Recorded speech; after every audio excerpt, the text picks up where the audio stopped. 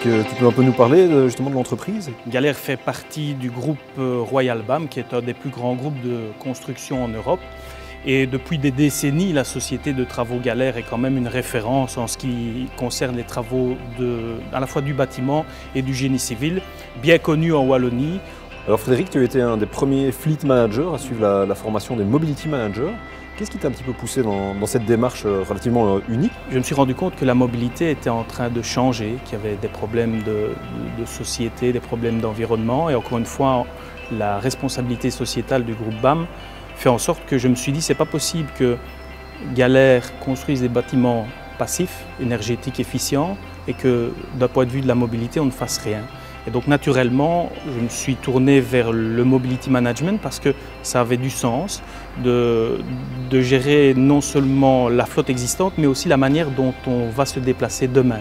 Ça doit s'anticiper dans une entreprise, ça ne se fait pas du jour au lendemain, il y a des mentalités à changer et donc il faut s'y atteler de manière active. Au niveau du site ici à Chaux-Fontaine, on a 80 collaborateurs qui travaillent sur le site et comme tu peux l'entendre au bruit de fond, on est au pied d'une autoroute et donc la mobilité se fait principalement avec des voitures parce que c'est pratique, parce que c'est simple, parce qu'on n'a pas de problème de parking. Mais il n'empêche qu'on est accessible par les transports en commun, la ligne de bus, on a un arrêt de bus en face du parking, on est à 20 minutes de la gare des Guillemins et la gare d'Angleur est à 2 km.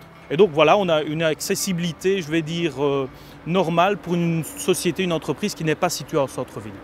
Et quelles sont par exemple les mesures que tu as déjà mis en œuvre en matière de mobilité? Un exemple de ce qu'on a fait récemment, en 2017, on a voulu, alors qu'on n'avait pas encore de véhicules hybrides et pas encore de véhicules électriques, on a voulu se préparer à cela et on a fait installer, avec l'accord évidemment de la direction nous a soutenus, pour faire installer 4 bornes. C'est une technologie qui a sa place, je pense réellement. Avoir des bornes électriques aujourd'hui sur notre parking, c'est un signe fort et c'est quelque chose qui va dans le sens de notre volonté.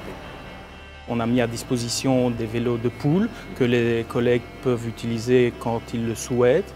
On a créé aussi une bike policy, c'était quelque chose qui n'existait pas puisqu'on avait une car policy qui définissait comment on gère les véhicules, mais on a voulu aussi faire en sorte que les personnes puissent accéder à un vélo d'entreprise et donc il fallait une bike policy, on l'a créé aussi. Donc toutes des petites choses mais qui percolent dans l'entreprise et qui font prendre conscience aux collaborateurs qu'il y a d'autres possibilités que la voiture.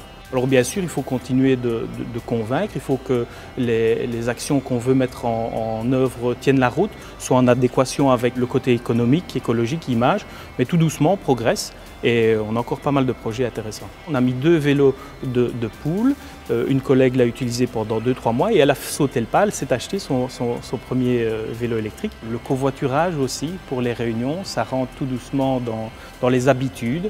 Et avant, on pensait à prendre les clés de sa bagnole et de partir sur la route. Aujourd'hui, on sent que les collègues réfléchissent et font même la demande d'utiliser des transports en commun pour certains longs voyages. On va annoncer bientôt que pour tout le monde chez Galère, tout qui prendra un vélo, qu'il ait ou non une voiture de société, sera défrayé de ces frais kilométriques. Ça demande un peu d'organisation au niveau fiscal et être sûr qu'on soit bien en ordre au LNSS, mais on veut favoriser ça.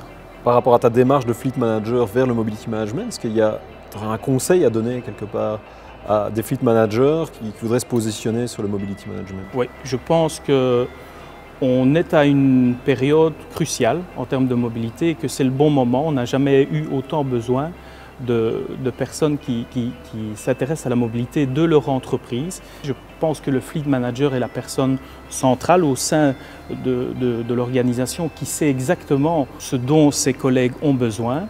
Il sait aussi quelles sont les ressources disponibles, quel est le profil d'activité, les déplacements. Et donc, quand on voit l'actualité automobile, quand on voit les enjeux écologiques, le responsable fleet, le mobility manager, qui doit devenir un multimodality manager, est vraiment une personne cruciale au sein de l'organisation pour relever les défis d'avenir. Parce que les sociétés et les responsables fleet qui se préparent à la multimodalité et qui prennent concrètement des actions feront en sorte ou contribueront au succès de leur entreprise. Et je crois vraiment que c'est le moment, c'est l'instant et qu'il faut y aller.